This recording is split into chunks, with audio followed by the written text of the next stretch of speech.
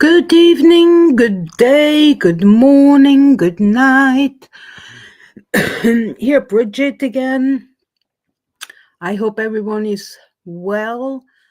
Let me go here. I hope everyone is well. Sorry. I say welcome also to the replay crew. This is going to be a little bit of a serious live. Comments and opinions are welcome. But as always, please, let's keep our chat as lovely as it always is. Respect other people's opinions.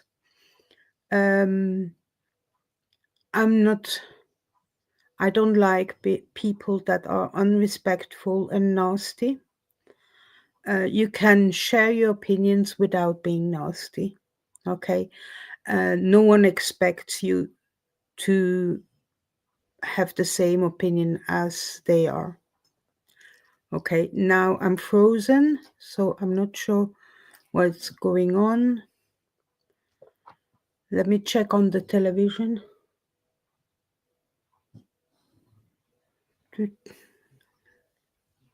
Okay, I'm gonna continue. I think it's Streamyard has a bit of issue.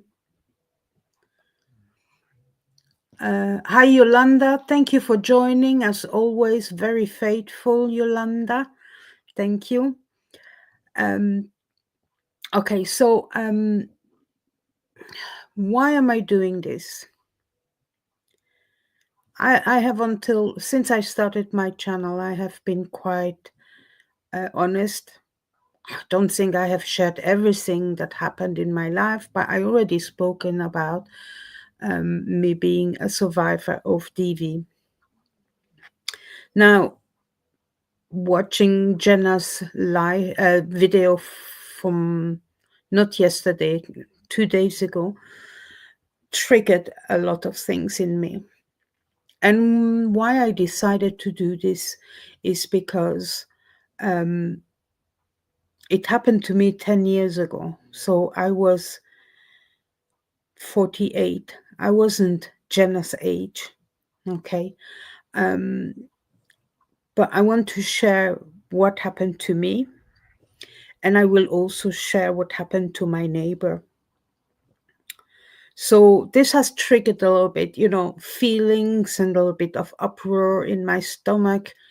But first of all, Jenna, kudos to you for this to have the strength to share what you had to share.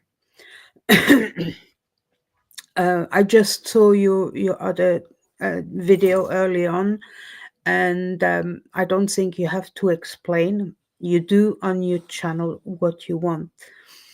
In general, I would agree with a lot of people to keep this kind of stories private, because you are guys that are in the light. I mean, I'm not saying you're celebrities, but you are out there. But there is a factor that we don't have to forget, is that Aaron is a president of a foundation that is here to help vulnerable people who wants to leave a cult, aka Scientology. Now, if a person like him abuses women the way he's done, and please, I don't know all the stories at all, and I don't need to, but I did see half of Lindsay's video as well the other day. Um, he's an abuser. Sounds very similar to what I've been through.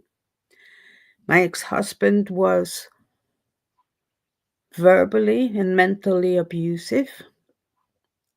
And look, I am not a stupid woman.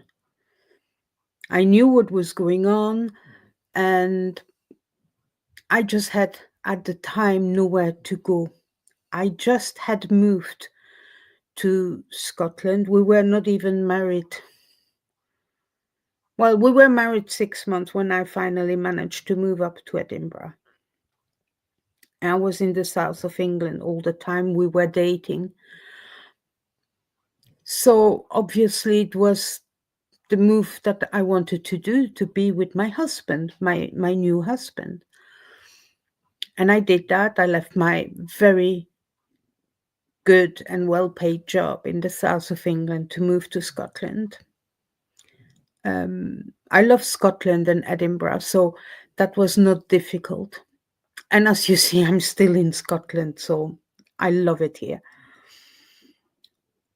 But it was always, and he wasn't working. I was the one going to work, and I didn't have an issue with that. As long as he did what I didn't want to do at home, like cooking and cleaning. Well, cooking I didn't mind to do once in a while, but the cleaning and things like that, it's not my thing.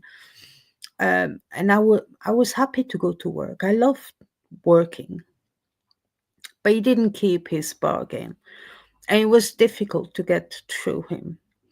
And he would spend the money I gave him to do the shopping, for the cooking, and for us to for the upkeep of the house, and to put food on the table. He was drinking it down the pub. So after not even a month up here in Edinburgh, he was practically drunk every day. So every day after work, I didn't know what what was awaiting me. Most of the time he was in the pub when I left work. He would call me, say to join him. There were days where I didn't mind, and I would be happy to have a drink or two and speak to other people than him. There were other days I went home. I come from a country where we don't have to go to the pub all the time, and we don't have pubs really. We have bars and cafes and things like that. And I'm trying to make it as short as possible, but it's difficult. I need you to understand my story. The story is that in the outside world, when we were meeting people in the pub or meeting up with friends, he was always praising me, what amazing woman I was and how intelligent I was, blah, de, blah, de, blah. And at home, I was nothing. You didn't do this, you didn't clean this. And I'm like, that's your job, that's not mine. And it was getting worse and worse. And we just adopted Bonnie, my Bonnie here, my cross Staffy and Jack Russell dog. And every time he was drunk, he was saying that, sorry, that he was going to kill me, that he was going to kill her. And I didn't really know, would he do it or not? And, I grew up hearing from my parents, drunk people are always the ones that tell the truth, right? So, okay. He didn't beat me or things like that, but he was mentally and verbally abusive. And there were days where I gave back, and there were days where I was just exhausted from all of it and let it go. I practically lived in the bedroom with the dog and a tiny little television while he was living in the living room with the huge television and everything. But at least he left me alone until one day I was at home. He calls, asked me to come to the pub, and I could hear that he was drunk again. I said, "No, I don't feel like it." He comes home drunk, and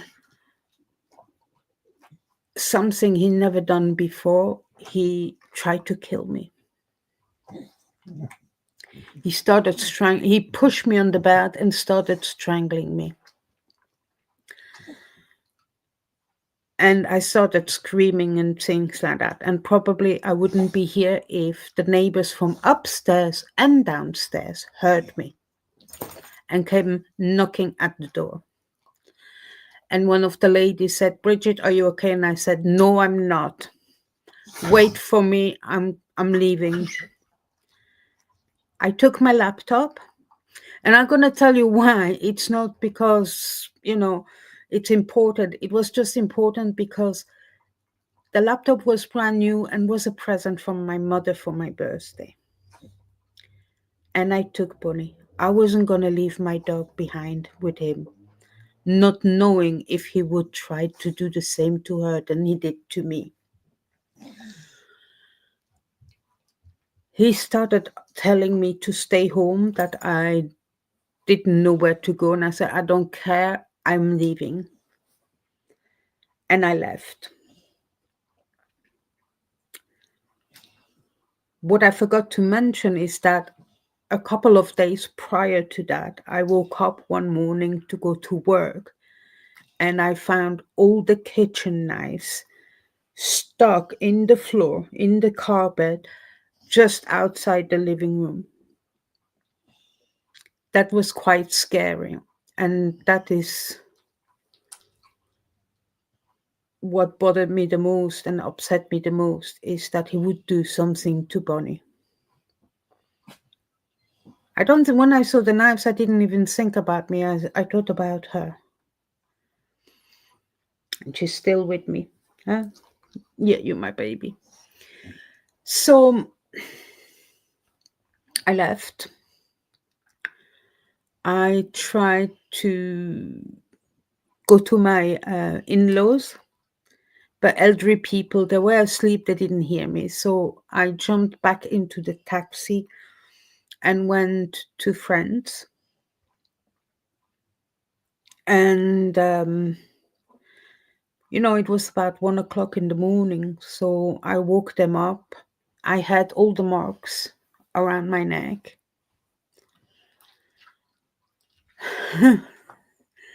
It's a bit strange to remember suddenly. And I left. I left everything behind, apart from the dog and the laptop. I didn't have clothes, nothing. He asked me several times afterwards to come back. To this day, I still once in a while talk to him, but there's no butterflies. Don't worry, no butterflies, nothing. To this day, he says it's my fault. It's never been his fault. This is what abusers are doing. They have never done the mistake. It's not their fault why they done what they have done. And that's why Jenna's story triggered me so much, because it sounds exactly like my ex. He used to scream at me, and it was like, I'm already a small person. You don't need to make me even smaller, right? And I'm not a stupid person. I'm not a stupid woman. But I always said, if a man mistreats me, I wouldn't stick around very long. I think I kept I stayed about perhaps 3 months, not even, no, no, 2 months, 2 months. Yeah, 2 months.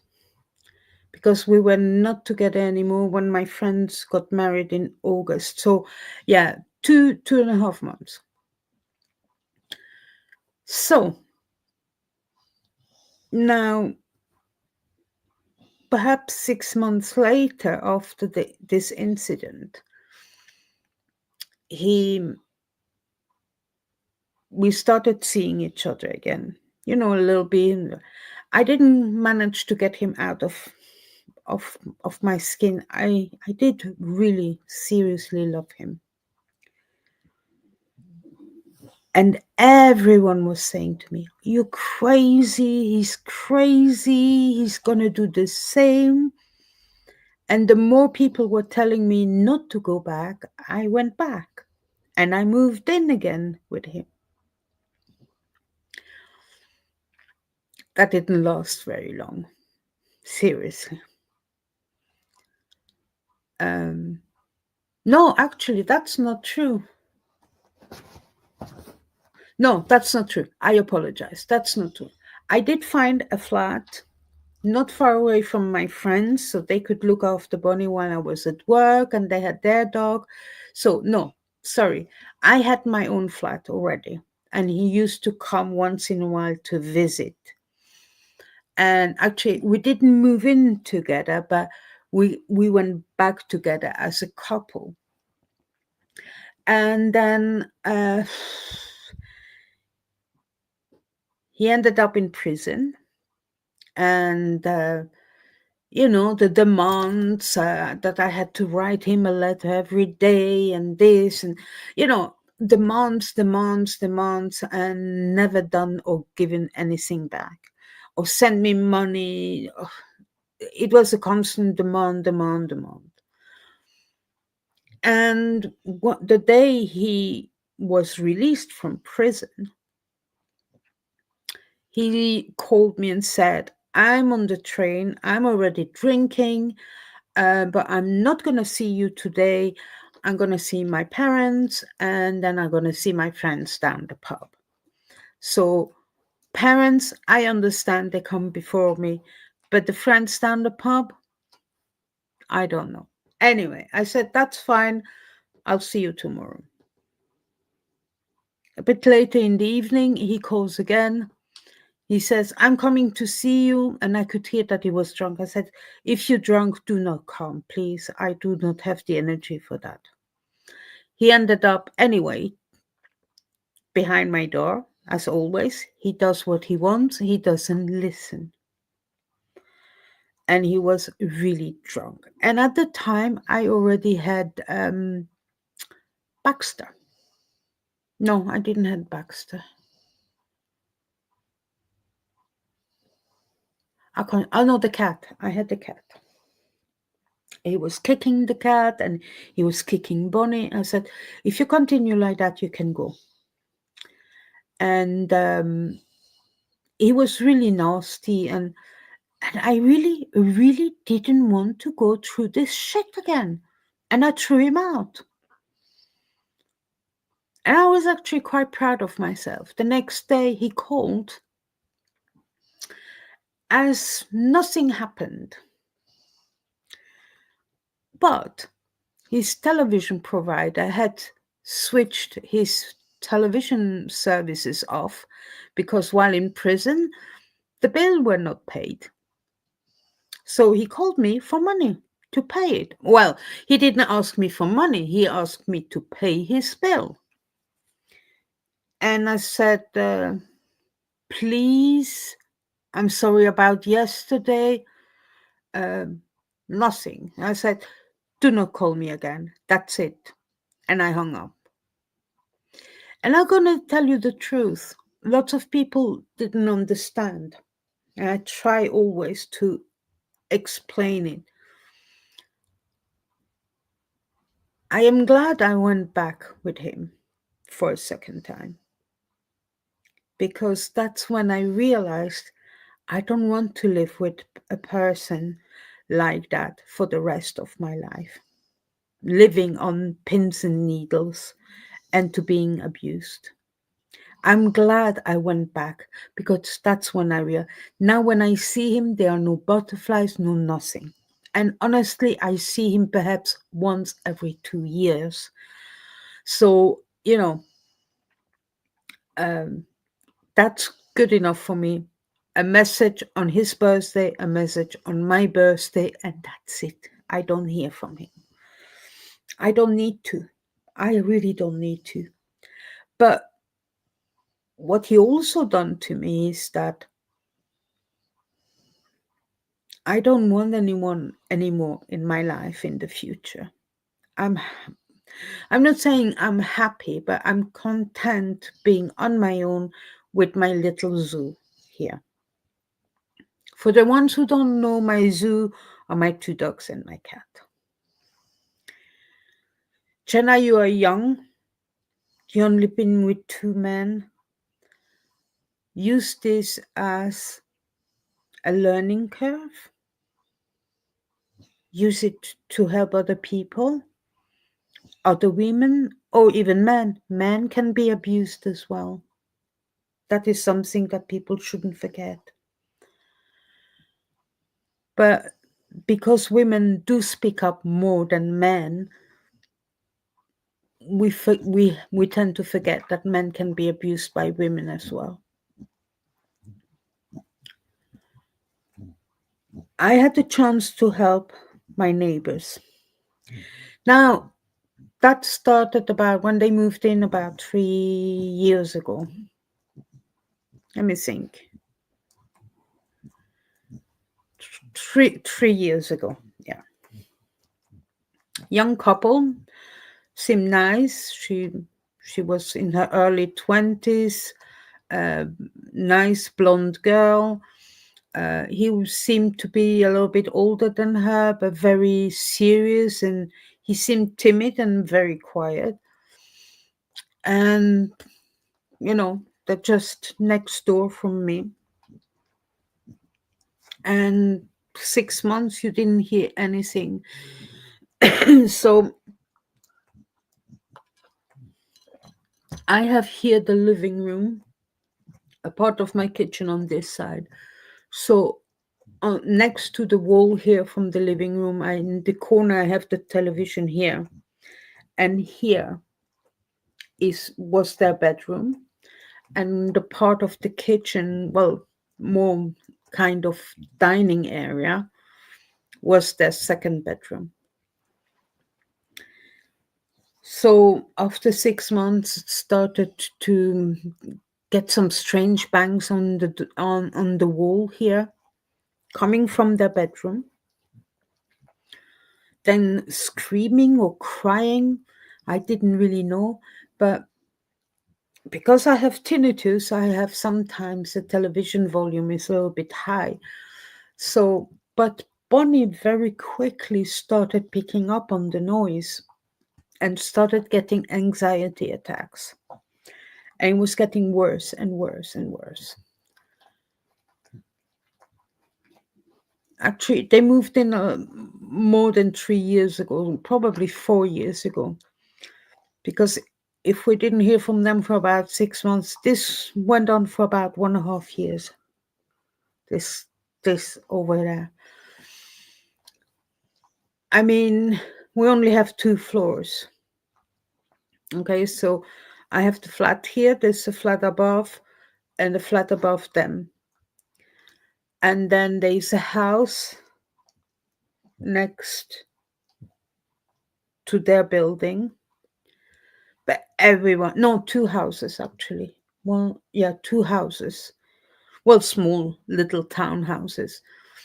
But everyone could hear her scream and shout. She would run out into the clothes and chase him. And so when the neighbors, when we started meeting each other outside, oh, hi, how are you? People would ask, have you heard? Yes. We all came to the conclusion she was abusing him because we only could hear her. We saw the way she was behaving when she brought this stuff outside. And I'm actually, it was bad. I mean, for nearly a year, I called the police probably 2 to 3 times a week. The people living above them, probably the same amount. My neighbor above me, a little bit less, but she used to call the police as well. And I really thought he was being abused. She was so loud at 1, 2 o'clock in the morning outside, screaming and shouting. And I couldn't sleep because my dog started having, every time they were having a domestic next door, Bonnie would have anxiety attacks. And I tell you, a dog who has anxiety attack, it's horrendous. It took me every time about 4 to 5 hours to calm her down. Very often I slept on the hard floor next to her just to calm her down. She didn't want to come to bed with me. She didn't want to sleep in the living room because everything was happening next to the living room. Then she was, hi, new name, thank you for joining. She would be outside screaming and then shouting against my windows if I was looking outside to see what she was doing, calling the police. And I started writing everything down. Every time, the time, what I heard, slamming, leaving the house, what she did outside, when I called the police, what time. I mean, I wrote everything down. Thank goodness for that. And I mean, I was starting to be really upset for my dog because I didn't know these anxiety attacks were so bad that I thought if that continues like that, her heart is probably not going to last very long. It was really, really bad. And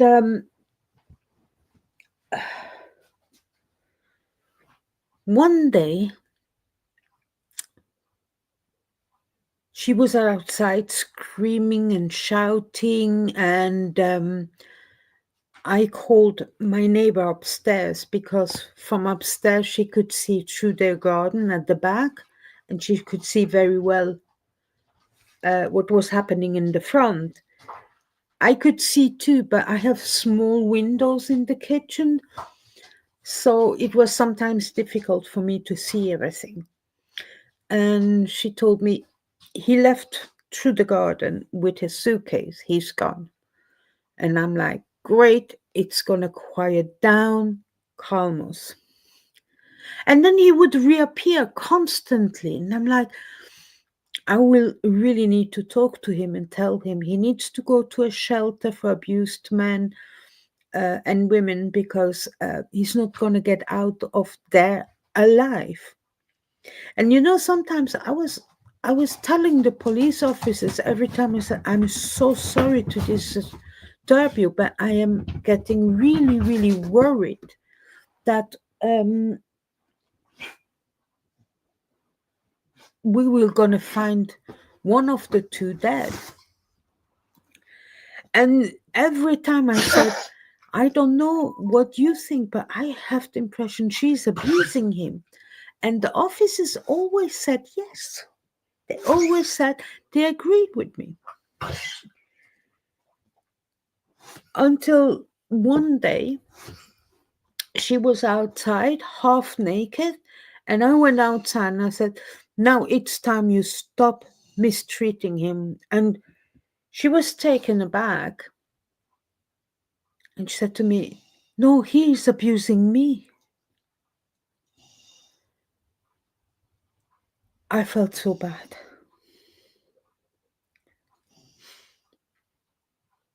And she said, why are you constantly calling the police? And I said, do you know what my life is next door? It's been going on for over a year. If you guys can't live together, just separate. leave.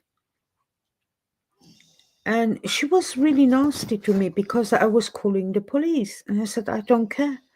People work, we are tired, and we don't even have peace and quiet. And we are actually all worried that one of you two will be found dead if it continues like that. And oh yeah, she called me every name under the sun. I mean, and then she went back in. But I did tell her while she was leaving, I said, if he comes back and is really abusing you and you need help, do come ask me for help. I will be here. I'm a survivor of DV.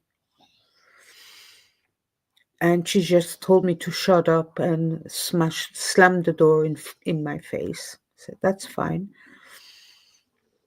Then it was quiet for a week, and I thought, ooh, he's not coming back. Good.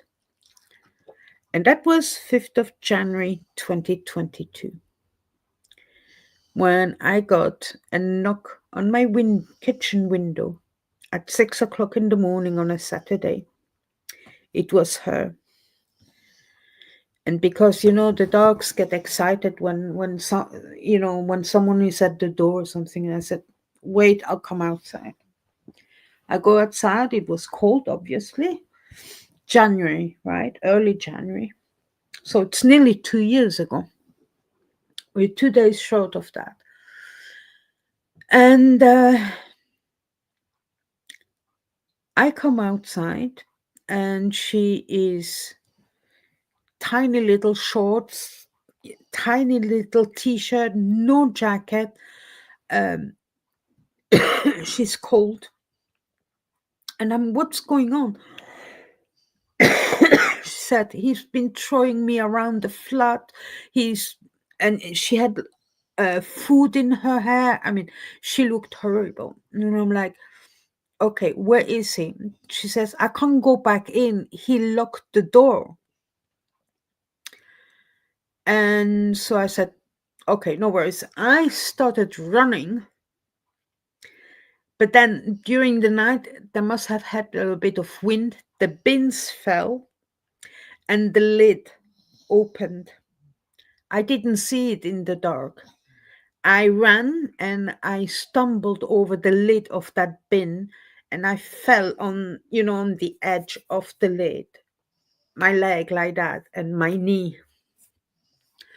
I screamed. I mean, I've never screamed like that so loud, and at 6 o'clock in the morning.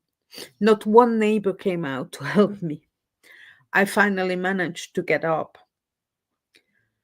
By the time I got to her door, he was already gone through the back garden. So we couldn't get into her house. So she called her uncle to come and help to break into the flat. And I called the police. And I was really, really much in pain. And her uncle arrived. He managed to open the door. We went in, and the state of that flat, there was food all over the floor, in the kitchen, in the living room, yogurt, and I don't know, bread or whatever, everything that she had in her head. And I said, how did that food got in on your head and in your head? She said he was pushing it into her head, and he was calling her all the name under the sun. And I'm like, bloody hell. And I said, is he still living here with you? And she said, no. And I said, how did he get in? And she says, I let him in. And I'm like, why? She said, because otherwise he would kick the door in. And I said, doesn't matter. Let him kick the door in. That's my number. Call me. I call the police. I come around and I kick his bloody arse or nuts in. I don't care. And she got a bit stroppy with me, and her uncle said to her, uh, she's trying to help you. And she was like, and I'm like, and I got very emotional because, I tried to explain what happened to me, in a very short version, but she didn't want to listen. And I said, that's fine. That's fine. What do you want me to do? I left and I stayed outside waiting for the police. And I was worried because Bonnie was probably inside. Well, she was inside, but having an anxiety attack without me. I was worried I would come home and she would be dead. Um, Police arrived and I explained everything that happened and that we was actually leaving through the back garden. That's why they always missed him.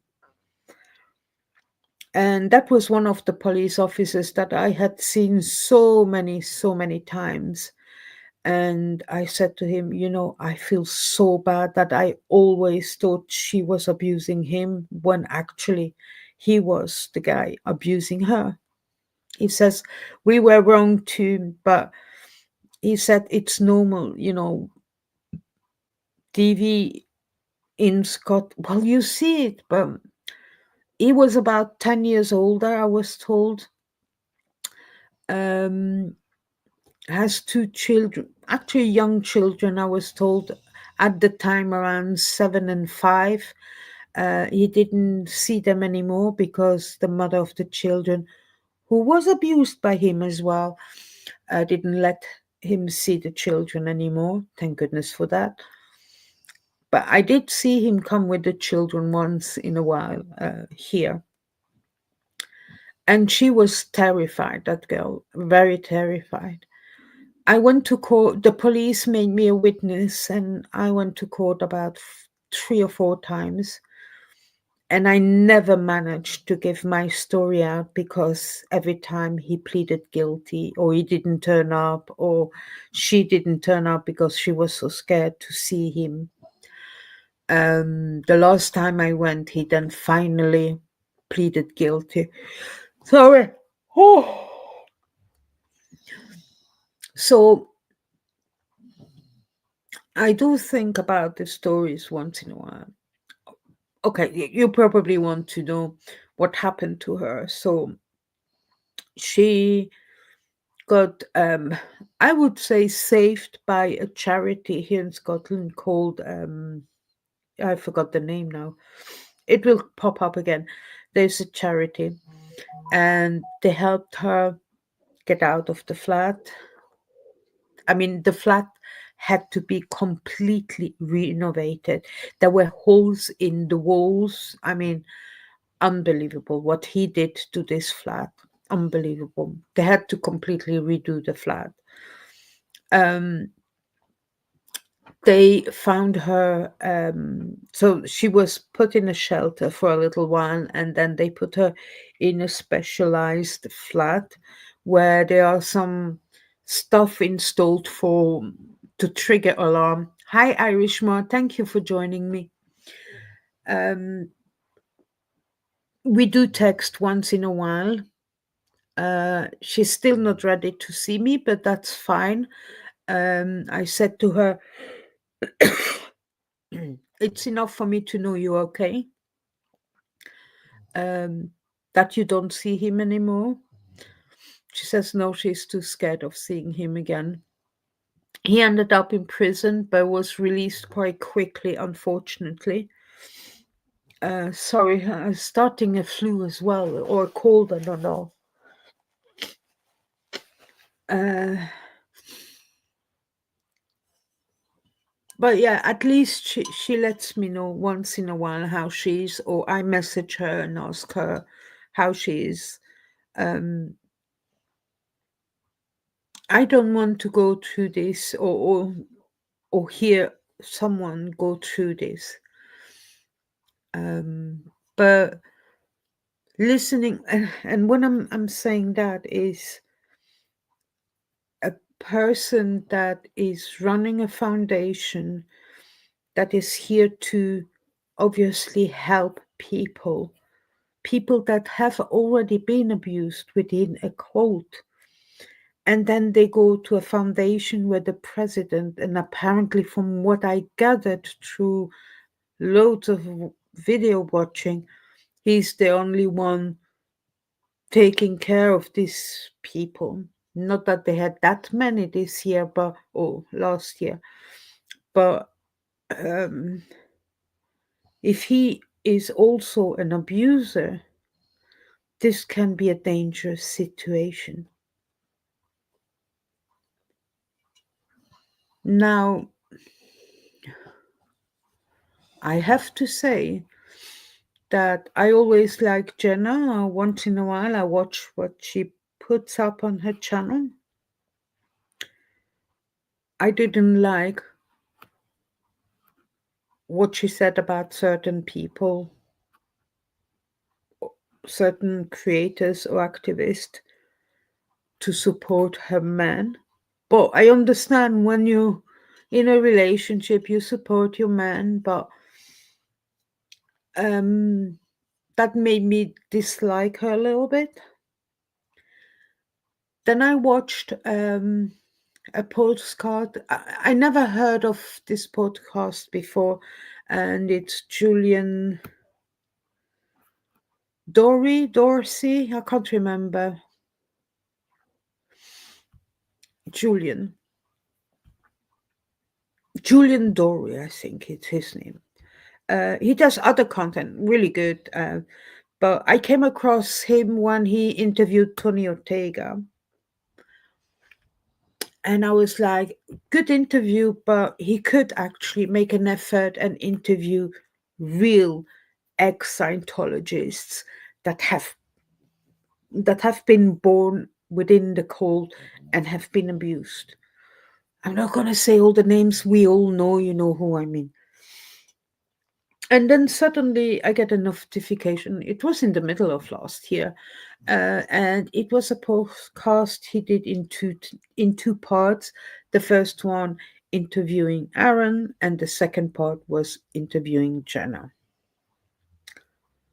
Now, Jenna, I say, has much more to share about her story within the cult because she's a miscarriage.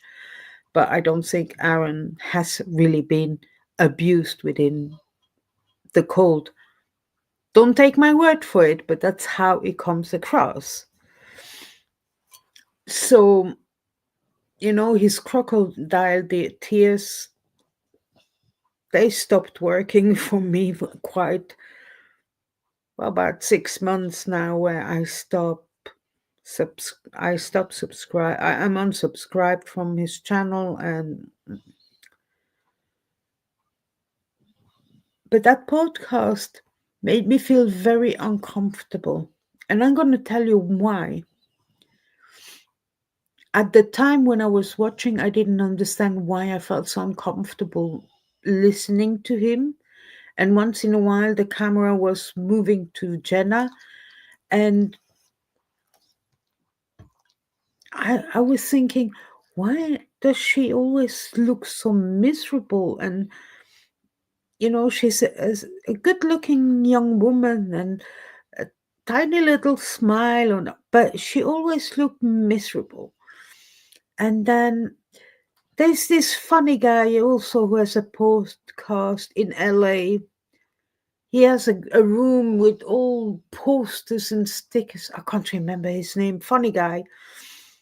And also there, she seemed very uncomfortable being sitting there with Aaron. And I just couldn't put my finger on it. I didn't understand.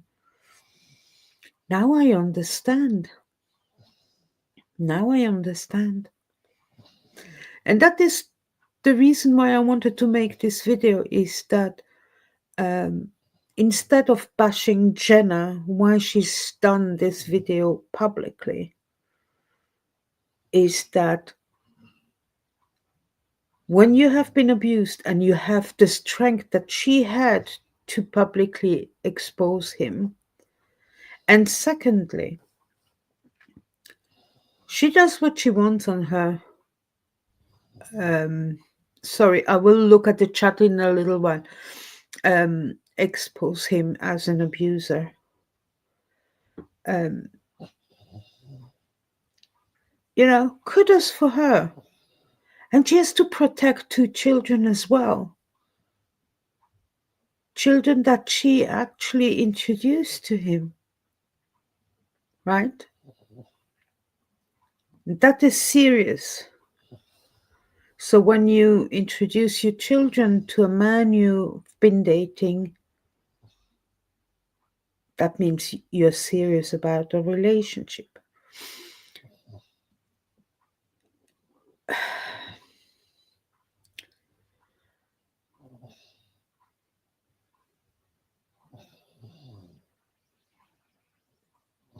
Yes, new name. I watched it actually.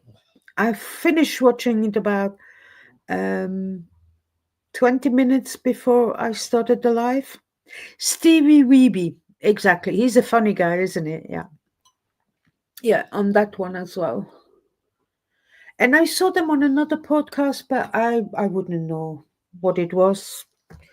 I saw them together. I said, oh no. Again, listening to the same story Aaron has to tell. Thank you very much. We know it. And I went on living my life. Okay. Yeah, she clarifies a few things in the video she did today, but still, I think it's important that she did it the way she did it. And also, she said she did it so that she will not go back to him. Good for her, because I had to go back to my ex to realize the second time round. I can't live with a man that is going to be drunk every day, that is not going to keep his side of the bargain while I'm at work, and that treat me like shit like he did. So, all our stories are slightly different, but at the end of the day are actually quite similar. Give me a second. Oh, it's already cold.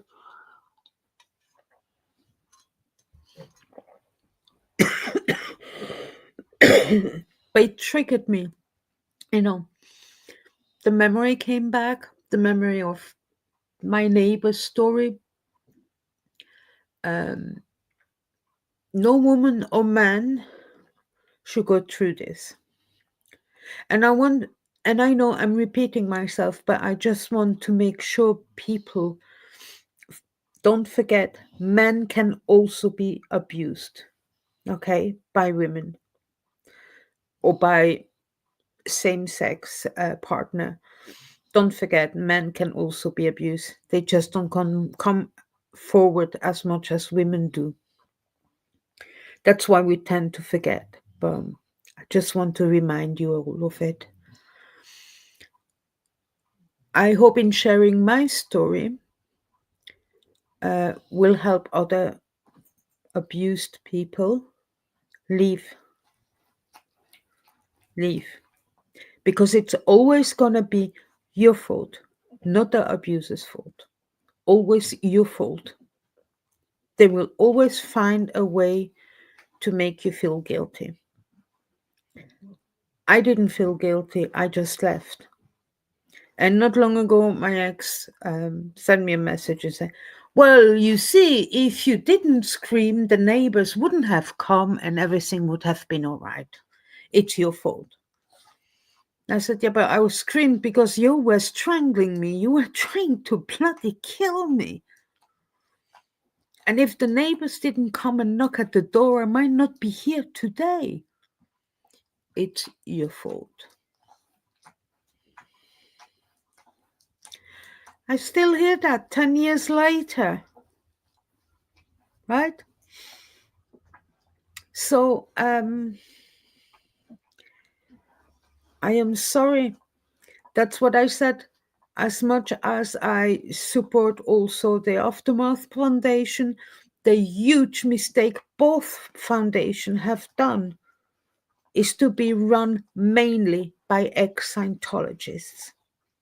And I'm sorry to say, as much as I admire most of the ex-Scientologists that are sharing their lives within the cult, you need all therapy, but not only therapy, you need professional people to deprogram you. And I'm not saying this lightly, but I'm not saying no ex-Scientologist should be on a board, but being run mostly by ex-Scientologists is not right.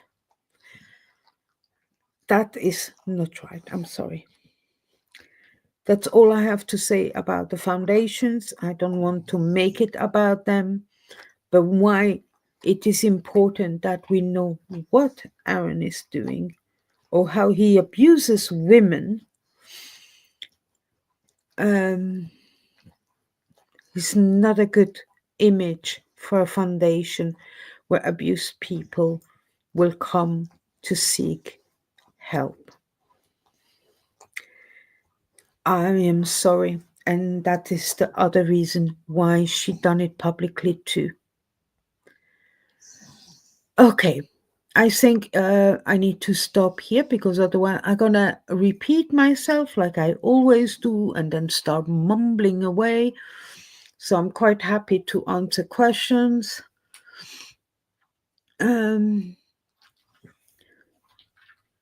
Let's see, we have Irish Mart that joined us as well. And new name.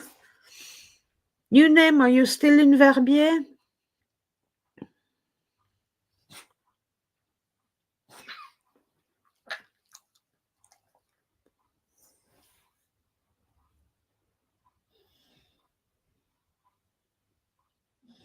Oh, new name, I tell you. If I had a channel 10 years ago when that happened to me, I think I wouldn't have had that much grace, to be honest with you.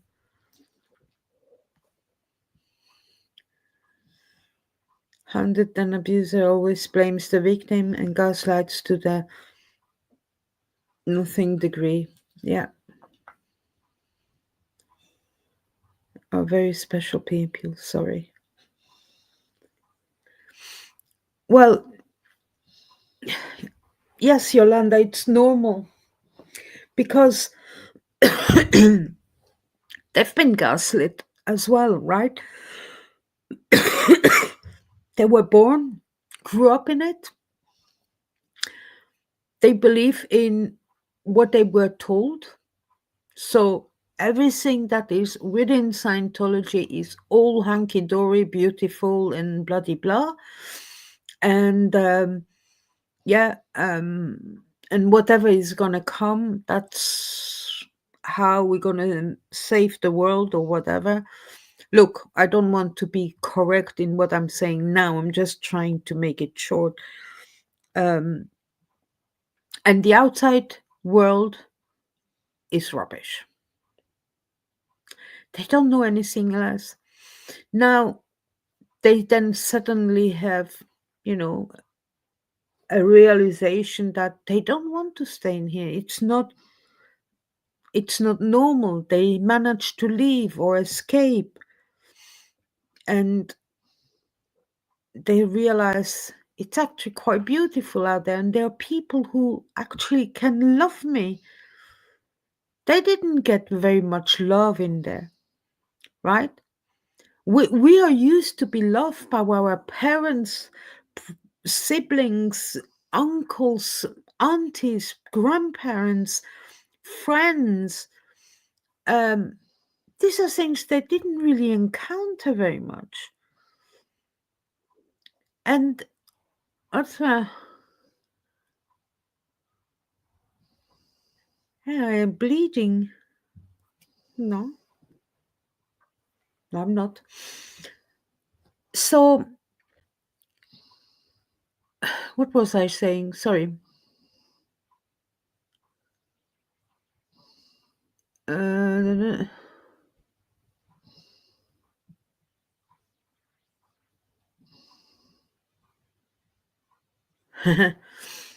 Yes, Yolanda. Hi, Brad. I say hello to you too, my lovely. Thank you for joining. It's okay. It's okay. New name. Uh, as much as I know that there is quite a lot of snow up there, right? My mom doesn't live far away. Oh, oh, sorry. I'm clicking everywhere.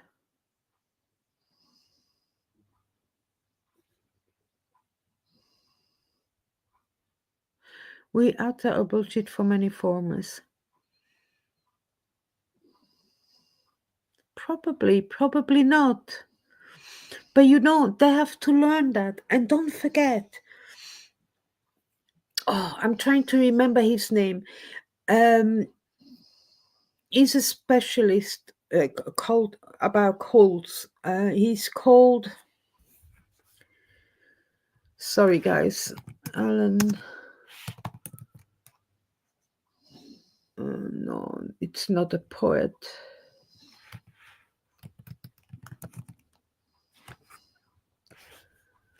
I have him on X. Give me just a second. Oh, what's his name?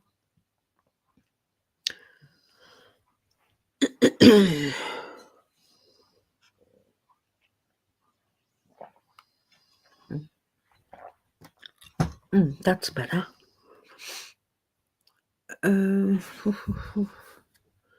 Where do I see here? Profile?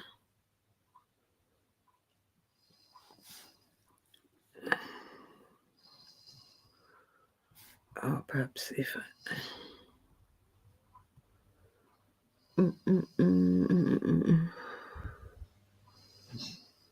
No, I will find the name.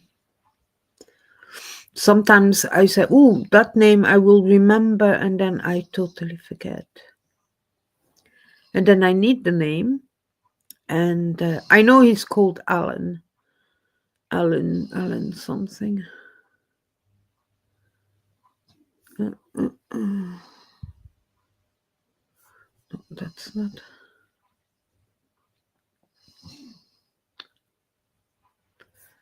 Oh, sugar.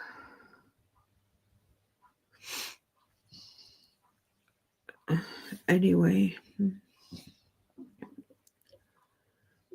No.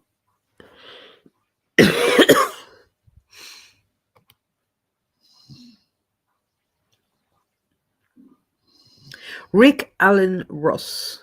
Here we go. That's Rick Allen Ross. Rick Allen Ross specialized in colds, and he was once on an episode of Dr. Phil. Yes, I watched Dr. Phil. But that's a few years ago, and it was about a cold and etc. And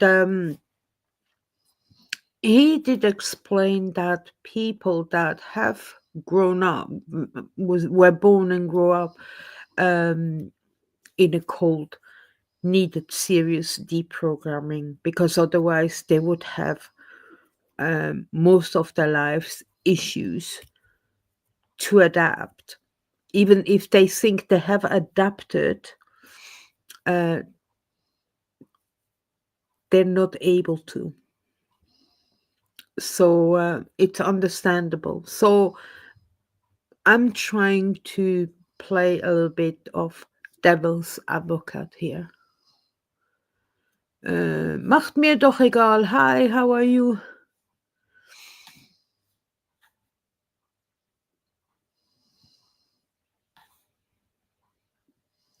We're loved by our family members was the last thing you said. Oh, thank you. Oh, yeah, that's true. Sophia, I forget. Oh, hi, El Sarmento. Thank you for joining, listening from the start, Bridget. Thank you very much. Thank you. Thank you, Brad. Tell everyone else in the chat that they have to like my video. I always get so much more views than likes these days. uh, Yolanda, I don't know who that is, but yeah, Rick Allen Ross is his name. Rick Allen Ross. I went in a few months ago and that broke my heart. She too is a victim and was further used and abused in the chat. The thing is, when people come forward and share how they have been abused, and there are many different kinds of abuses, okay? Mental, physical,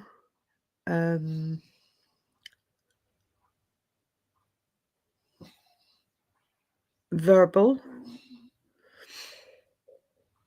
and every abuser is different as well.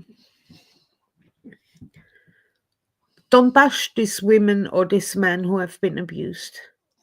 They're already going through a tough time. And if they have the coronas to actually come on their YouTube channel and share their stories, is not to be bashed by people who have no clue what it means to be abused or bullied. Okay? Because abuse is also a kind of bullying. So this, when I see this, I I've done something this afternoon. This afternoon when I was on the bus coming home. I normally never go on it because it pisses me off. But I went on Reddit because I was bored on that bus and there were children screaming everywhere. So I thought, So I read stuff and I would say 90% were supporting Jenna 100%. There was 10% that shouldn't be 10%, bashing her like she was a piece of ass. Sorry, that's not on. I do not agree with that. Do not bash someone who is a victim. That's why I never say I was a victim of TV. I say I'm a survivor of TV.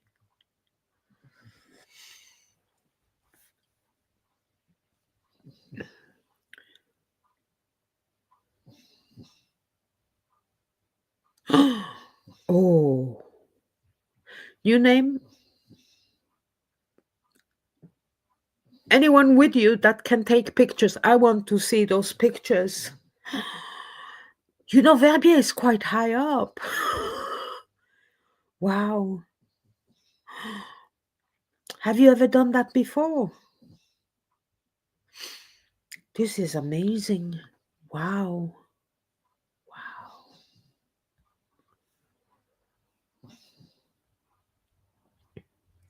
Wow. I have to say, there are channels. I think I mentioned it before on at some point on the live in the last few months. Channels that put episodes in a video, and the video is about 3 hours long. And you know, sometimes when I do stuff around the house, the living room or the kitchen, I have the telly on because I live on my own and I mean the dogs and the cat don't really talk to me, so I have background noise.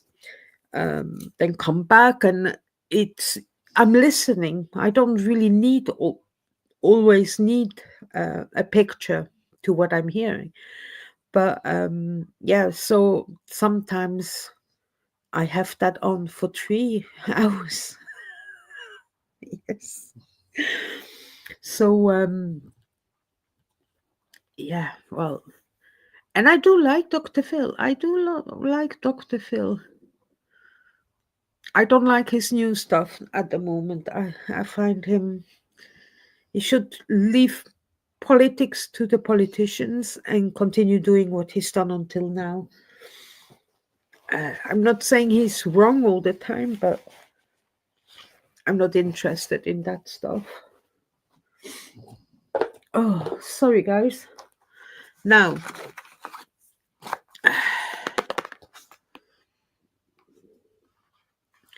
2,500 meters. Am I saying 2,500 meters? 2,500 meters, yeah. Yeah. My mom lives at the bottom. Well, not at the bottom of the mountain, but not far away. She lives in Montreux. Have you heard from Montreux? Hey guys, come on. Are you guys busy? Let's put Google Maps on. I love Google Maps.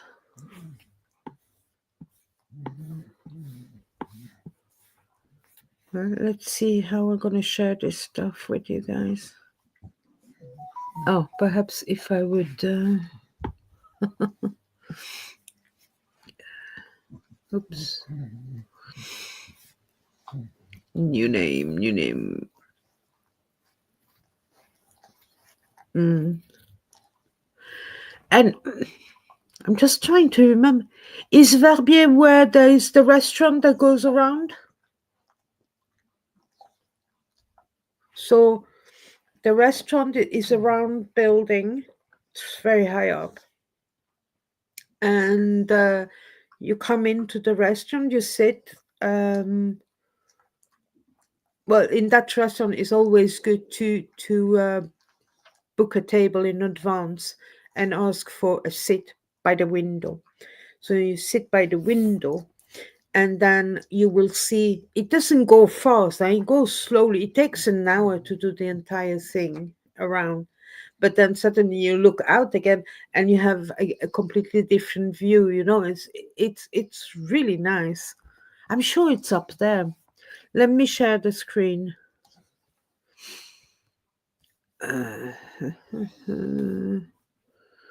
Google Maps. So Google Maps, we have. No. Here, Verbier. Okay, so Verbier is here. Oops. Here. Huh? So if I do a little bit of this.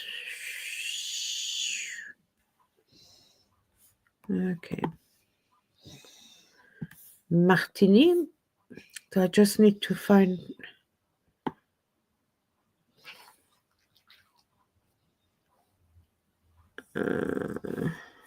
It must be in this. No.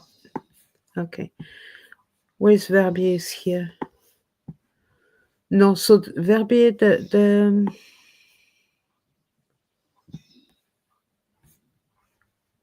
okay, I'm losing the.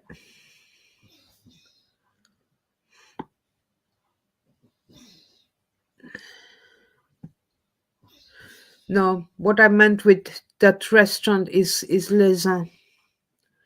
It's Les Uns, not Verbier. So Verbier is here, that little thing here, and my mother lives down here.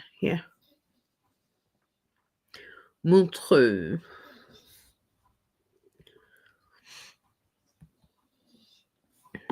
Verbier is quite a big resort. And then you have another, but much posher, how you say that? Where's my mouse? Oh, here. A resort where, for example, oopsie daisy, where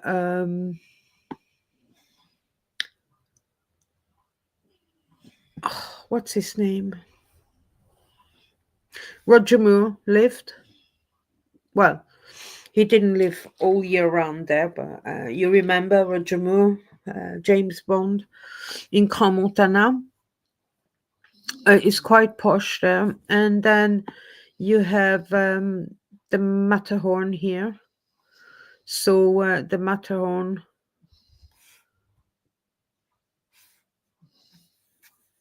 it's the mountain, the picture they're using for the Paramount logo. The town of Gstaad. No, I'm telling you lots of bollocks to excuse my language. My I need to do a oops, what happened now? I need to be a bit better with my how you say that? My Swiss geography. So Montreux has an amazing little winter train, and it takes you to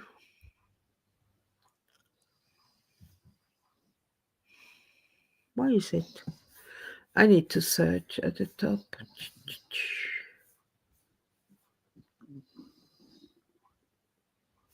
Where is it gone? Oh, here. Go to Gstaad around Christmas time. It's beautiful. Here we go. Gstaad. Okay. Gsteig. So you see here is Montreux, and then you have I don't know where it goes, but it goes to Gstaad, that train. And when it's winter time with lots of snow, I've done it twice. It's beautiful. It's unbelievable beautiful. Seriously, it's fantastic. Yeah. Okay, well, we'll stop the geography lessons because I really need to remember where my stuff is. But hey, guys, I haven't lived in Switzerland for 25 years, so uh,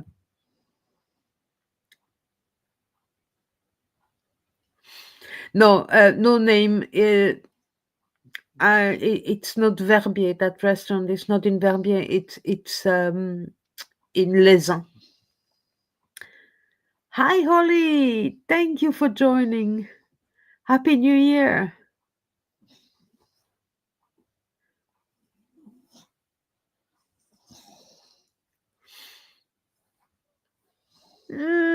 New name is both. For me, it's always been both side the same.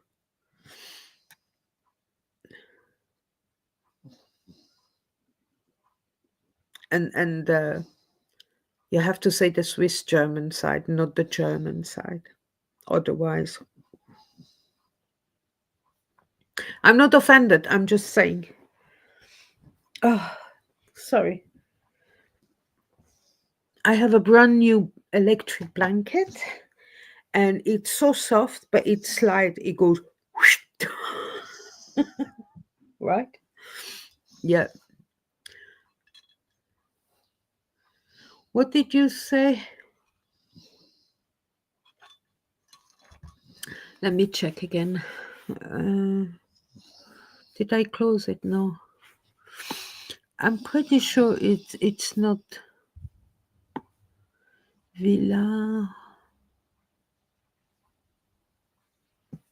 Saint-Maurice Grand Les Diablerets. No, it's not. I know it's not far. La Lécherette. Where's Les gone now? Les Diablerets.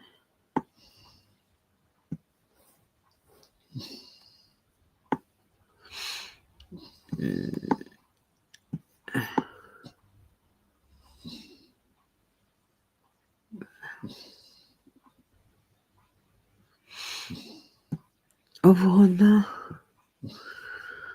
I can see the images with the motorway, and did we go further off Samwise? No. Oh, here, Lisa.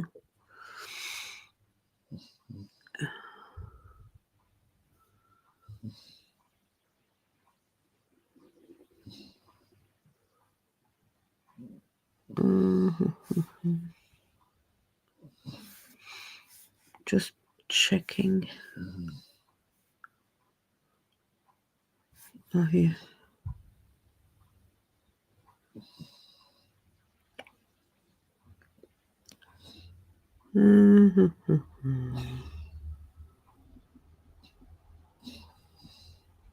Yeah, no.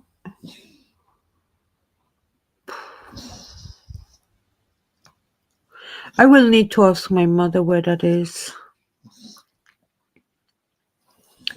Lisa, you go. Oh, no, it is Lisa. Here, I found. Let me come back to StreamYard.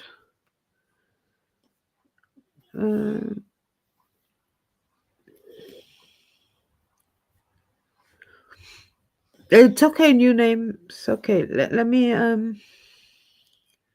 what am I doing? Oh, yeah. So, that's the restaurant up here. And that is in Lisa. Don't know if we can make it bigger. You see? So you come up with the cable car here, then you walk up here, and then it's the inside that is rotating. Yeah, so it's Lisa. Okay, I've showed you that now. Now we have it.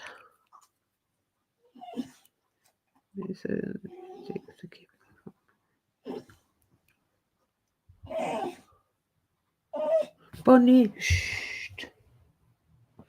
You can't winch now, huh? I'm not finished yet.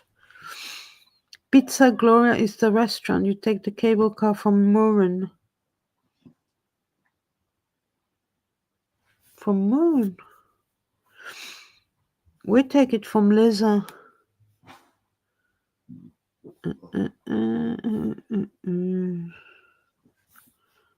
Let me take another. Ow, ow, ow. Oops. Murren. Murren Lauterbrunnen, Switzerland.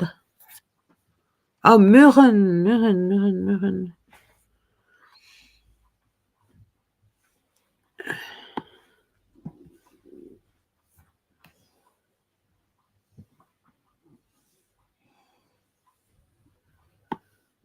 Oh yeah, but that's not at all. That's near the Jungfraujoch. That's not even close near.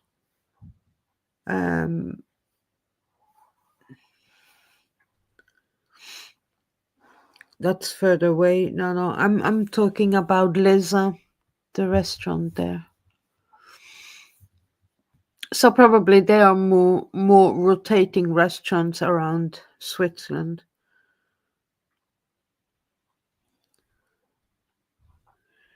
Bits Gloria.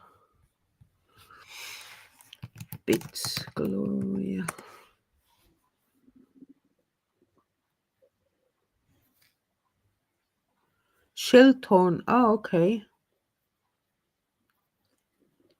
Interlaken. Yeah.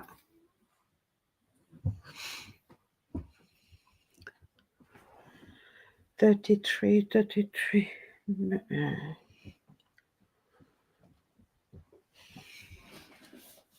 Shilton is the mountain range called.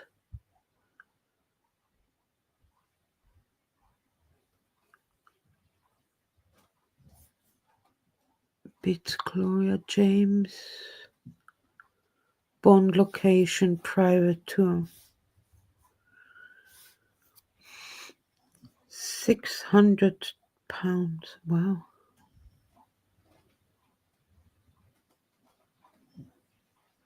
Eiger München, Jungfrau Grace, Schildhorn, stunning skyline.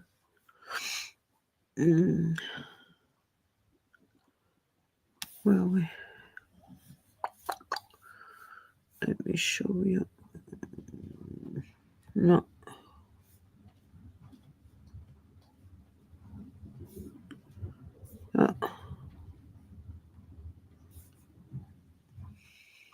It's yeah.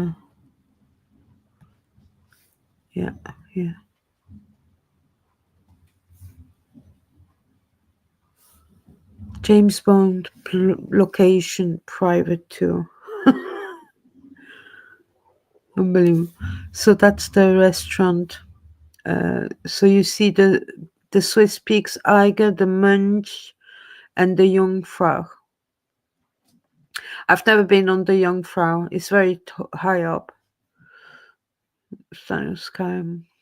Bond's Pizza Gloria, filming location with a revolving restaurant, Berg Trail Walk, diverse alpine experiences.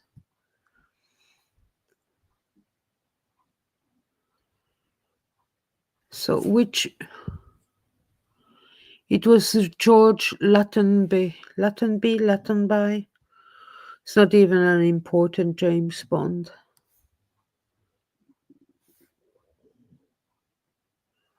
I love the old-fashioned trains in Switzerland. Oh, it's beautiful. So I've never been up here, no. So if we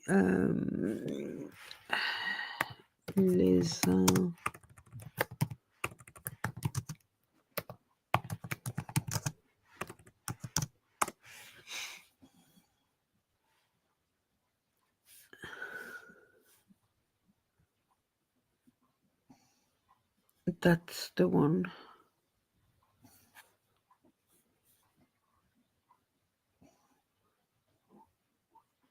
That's the restaurant. And behind there, here, that's where the Lake Geneva starts.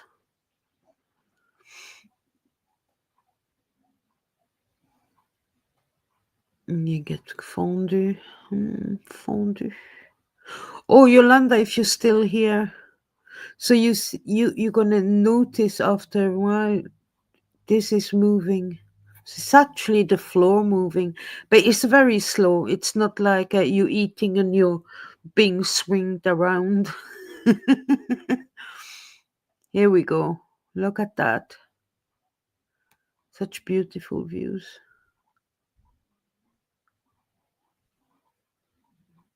Oh, look, new name. Parachute.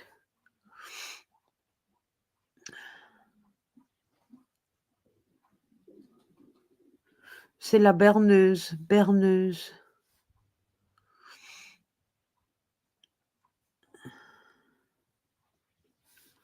Okay, let's finish this.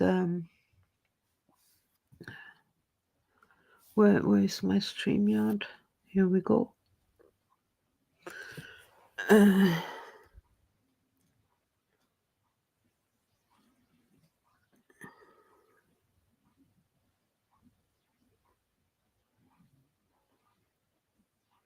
Hi, Dickerson. Sorry, no, I don't think I remember your name, but thank you for joining. I appreciate. Let's put this here. For your insights, well said. I agree with you regarding foundation member. You can. I don't know what that means. Need mentally strong leaders who can move forward with efficiency and.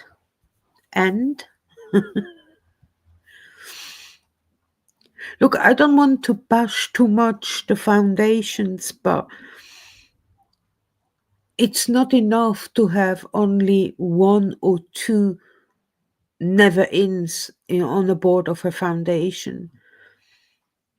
I mean, on the Aftermath Foundation, they got two never-ins in only last year. Before it was only ex-Scientologists.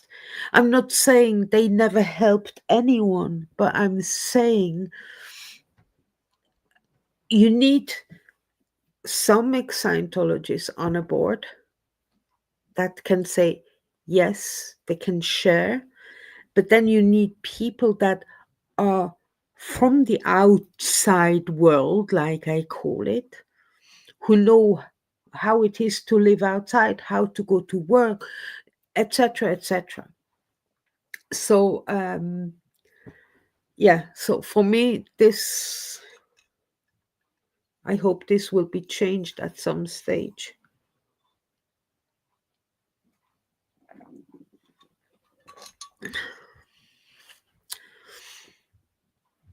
Okay, I think it was a good life. I didn't want to stay that long on, but I always enjoy it, especially when New Name is here and Yolanda, uh, Irish Mart. Irish Mart is always here.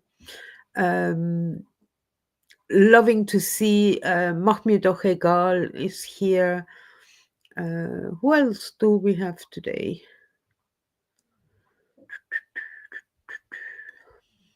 I said Yolanda before. Oh, sorry, guys. Oh, El Samento. Forgot about him. I hadn't seen El Samento for a while, and then when did I saw him on the chat? Oh, on my New Year's, either on my Christmas live or New Year's live. Yeah. And look, everyone, what I'm saying is what I've been through and what my neighbor, who doesn't live here anymore, but what she went through. And that was worse than what I've been through, even though he tried to kill me, but it was nearly on a daily basis next door. And sometimes I couldn't hear anything, and the reason was because he did his bad stuff on completely the other side of the flat, so I couldn't hear, but the neighbors upstairs could hear. But they stopped calling the police, so I couldn't call when he was abusing her on the other side of the flat where I didn't hear the noise. So yeah, it's 11 o'clock. I've been up since 5 o'clock, so that's why I'm a little bit tired. I have to say though, because I came across Jenna's video yesterday, then Lindsay's, then I watched Nora's live, then I watched oh my goodness, I can't remember Nora. I can't remember. There were so many that I must have fallen asleep about 2 or 3 o'clock in the morning. So I didn't sleep much. Sorry, guys. Oh, I shouldn't do that on screen. But it's Friday, so I'm saying to myself, doesn't really matter, right? I want to finish on this note. Thank you very much for joining me. I know this topic is not easy, but I realize that you have to talk about it. And the ones that are thinking about speaking up, do speak up. And whoever feels like contacting me, they need help or anything, do so. Please, I'm here to help. If I can't personally help, I will always find where to go, where you can get help. I always done that. So anyone who needs help, who has been abused in whatever shape or form, you can contact me and email me here. Well, perhaps I should spell it correctly as well, huh?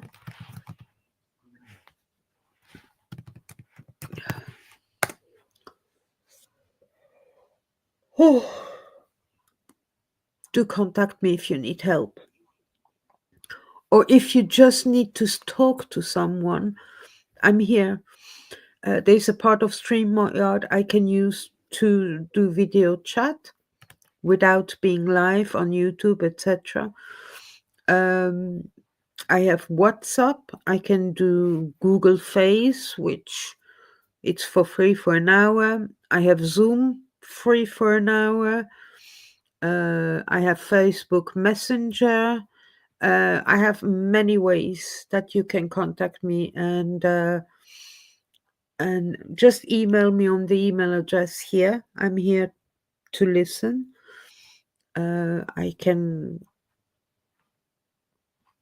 direct you where to go. Um, I always have ways to find what people need or what I need. Um,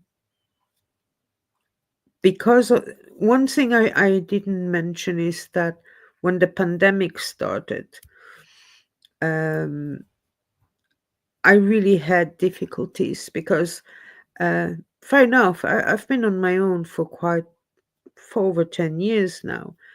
But, you know, I'm my own boss. I call my friends, shall we meet for dinner? Yes, today, tomorrow. And shush, I go. I don't have to ask permission, etc. And then the pandemic started, and I couldn't do that anymore. And that's when it hit me hard.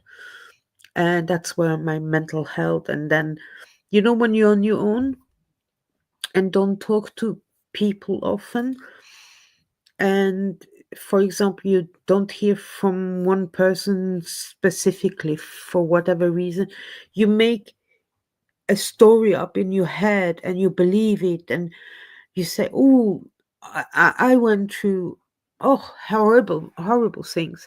And the company I was working for at the time, they had free online counselors and therapists.